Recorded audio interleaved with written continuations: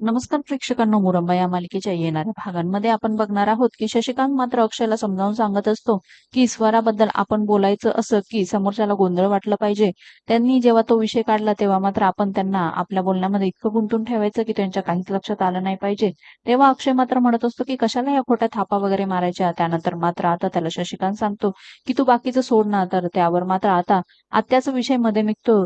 तर मात्र अक्षय म्हणतो, मला नाही वाटत आत्याने हे सगळं केलं असेल. परंतु शशिकांत त्याला समजावतो, हे बघ तू मला सांगू नको तिने कसं केलं काय केलं, कारण मी तुझ्या आधी म्हणजेच जन्मापासून तिला ओळखतो ती कशी आहे. परंतु आता मी सांगतो तू तसं कर. त्यानंतरही अक्षय म्हणतो, पण मला नाही वाटत आता या थापा मारण्याची गरज आहे. तरीही आता शशिकांत मात्र अक्षयचा हात त्याच्या डोक्यावर ठेवतो. तुला माझी शपथ आहे, मी सांगतो तसंच तू वाग.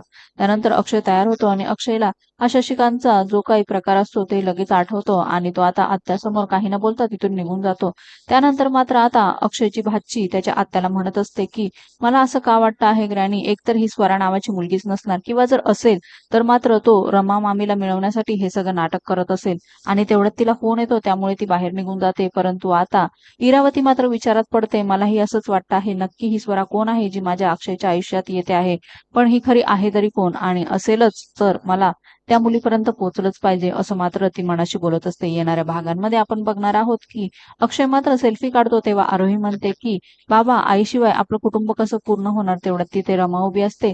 म्हणून आता आरोही म्हणते, आई ये ना प्लीज. आणि रमाला असं वाटतं की तिलाच आवाज देते आहे, त्यामुळे रमा पुढे पाऊल टाकणार. इतक्यातच मात्र तिथे अजून एक मुलगी येते आणि ती हाय हॅलो करते. त्यानंतर अक्षय तिच्यासोबत फोटो काढतो आणि रमा मात्र तिकडून निघून जात असते. तेवढ्यातच आता ती तिची ओळख स्वरा म्हणून करून देते. आणि त्यानंतर माझी ही बेस्ट आई आहे असं मात्र आरोही सांगते. रमाला हे ऐकून तिला वाईट वाटतं. त्यानंतर अक्षय पुढे म्हणतो की आमच्या लग्नाला नक्की यायचं स्वरा अक्षयच्या.